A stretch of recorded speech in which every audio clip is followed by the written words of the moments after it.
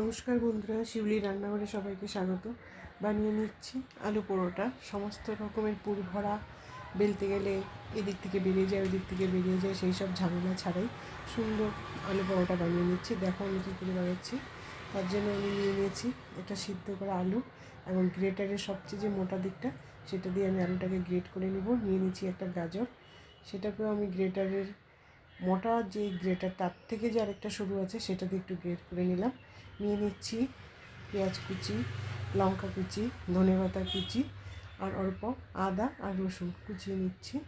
আমি এখানে কোনো জিরে আর ধনে গুঁড়ো ইউজ করবো না, তোমরা চাইলে ইউজ করতে পারো। করে নিয়ে আমি 1.5 বাটি আটা দিব, আমি কোনো ময়দা ইউজ করছি না। এইভাবে যদি তোমরা বানিয়ে নাও তাহলে তোমাদের পুর ভরার ঝামেলা থাকবে না। আবার বেলতে গেলে এদিক থেকে ওই দিক থেকে বেড়ে যাচ্ছে, সেই সব ঝামেলাও হবে না। একদম খুব তাড়াতাড়ি হয়ে যাবে এবং ওই পুর ভরার ঝামেলার থেকেও বেঁচে যাবে। এই দেখো নিয়ে নিচ্ছি আটা, এবং আটা নেওয়ার পরে আমি এখানে কোনো তেল ইউজ করছি না। আগে অল্প প্রথমে আমি এমনিতেই ওই মশলাটা দিয়েই পুরো আটা ওই পুরটাকে দিয়ে হালকা হালকা করে মেখে নিচ্ছি, জল দিচ্ছি না। প্রথমে অল্প মাখার পরে তারপরে আমি অল্প অল্প করে জল দিব না, একবারে আমি জল দিচ্ছি না। 2 চামচ 3 চামচ করে জল দিয়ে আমি একটা নরম ডো বানিয়ে নিব।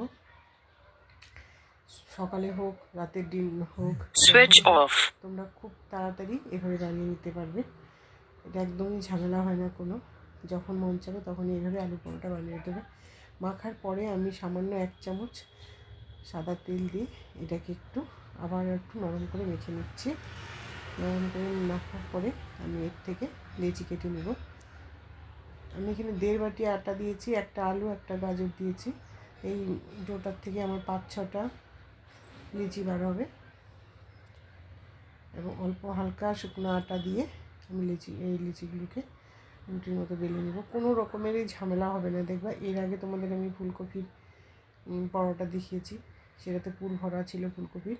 আর এটা যেহেতু আমি আটা একদম ওই আলু দিয়ে মেখে নিয়েছি, তাই এটার কোনো ঝামেলা হবে না। তোমরা যেমন খুশিভাবে বেলে নিতে পারবে। দেখো কি সুন্দর হয়েছে। এভাবে আমি সবগুলো বেলে নিচ্ছি একটা একটা করে, এবং আমি এখানে সাদা তেল দিয়ে ভেজে নেব, ঘি ইউজ করবো না। যারা ফেসবুক থেকে এই ভিডিওটা দেখছো তারা অবশ্যই লাইক, শেয়ার, কমেন্ট এবং ফলো করে দিবে। আর যারা এটা ইউটিউব থেকে দেখছো তারা অবশ্যই সাবস্ক্রাইব করে দিবে ভিডিওটা, এবং ভিডিওটা পুরো দেখার তোমাদের কাছে অনুরোধ রইল। নতুন নতুন ভিডিও দেখার জন্য আমার পেজটাকে ফলো করে দিবে, শিউলি দে আমার পেজ। আমি সবসময় চেষ্টা করি তোমাদের সামনে আমার রেসিপিগুলোকে একদম সাধারণভাবে তুলে ধরার, ঘরোয়া পদ্ধতিতে। অনেকের হয়তো মনে হতে পারে যেহেতু প্রতিদিনকার ব্যাপার, কিন্তু না, খুব সাধারণভাবে আমি তোমাদের সামনে রেসিপিগুলো তুলে ধরি যাতে তোমরাও বানিয়ে খেতে পারো। মনে হয় না যে আলু পরোটা বানাবো তো মাথা ব্যথা শুরু হয়ে যাবে, না, একদম ঝামেলা ছাড়া। আলুটা যদি আগের থেকে সিদ্ধ করা থাকে তাহলে তো আরও কোনো ঝামেলাই হবে না।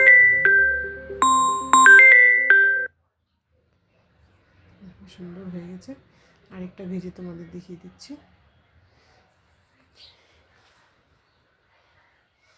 দিয়ে পাশ উল্টে নেবে একটু ছেড়েটা দিয়ে চেপে চেপে।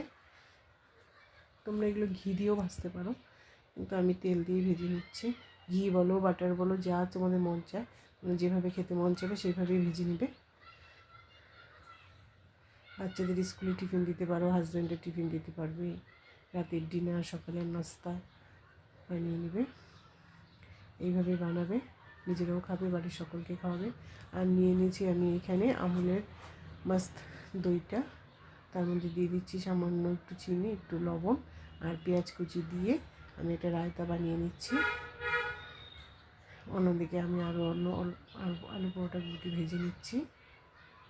এভাবে তোমরা বানাবে, খুব ইজি প্রসেস এটা।